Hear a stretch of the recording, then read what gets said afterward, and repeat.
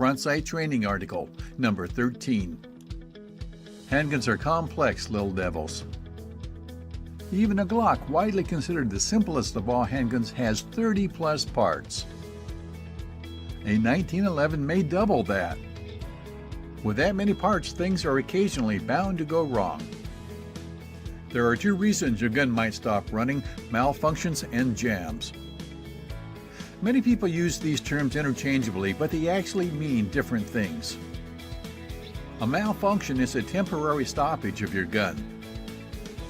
A malfunction may be caused by a lack of ammunition, failure to feed a live round properly, failure to eject a spent case properly, or the slide not going into battery. Malfunctions can be diagnosed and fixed very quickly, so you can get right back into the gunfight. Jams are at the other end of the spectrum. A jam basically means your gun is broken.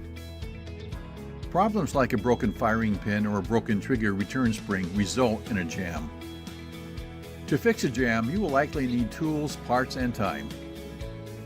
A jam is not a problem you can fix in the heat of battle. To avoid jams, the best thing you can do is purchase a high-quality handgun, maintain it properly, use high-quality ammunition, and hope for the best. The good news is that handguns rarely jam. Since a malfunction can be diagnosed and cleared in the middle of a gunfight, let's explore the best way to do that. You had better be proficient at clearing malfunctions, as your life may well depend on it. There are three basic types of malfunctions with a semi-automatic handgun. Type 1 malfunction, failure to fire. This is when the triggers seem to function properly, but the gun didn't go bang. This is often caused by an empty chamber, but may also be caused by a bad round of ammunition. Type 2 malfunction, failure to eject. This is when a spent case didn't eject properly and is now bound up in the ejection port. Type 3 malfunction, failure to feed. This is when two rounds are competing for the chamber at the same time.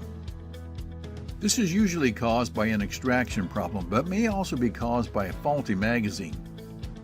The result is the slide does not go into battery. That is, when the slide is not quite all the way forward in the proper position. This is often caused by a dirty gun, a weak recoil spring, or bad ammunition.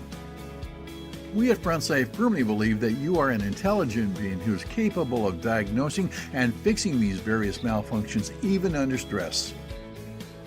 We therefore have several different clearance procedures to handle these malfunctions. Now, to be fair, you will need to learn each clearance procedure and practice it to become proficient.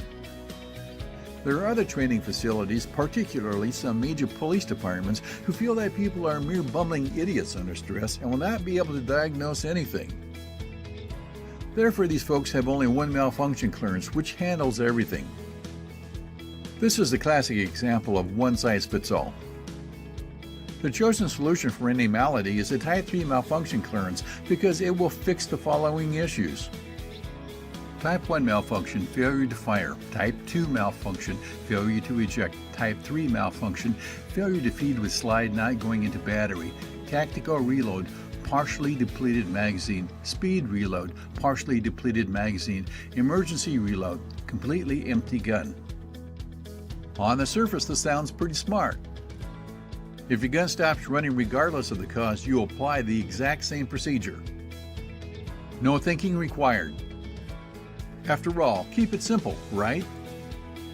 The only problem with this approach is time.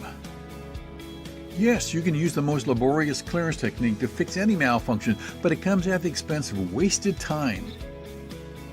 For example, to diagnose and clear a Type 1 malfunction takes perhaps 1.5 seconds.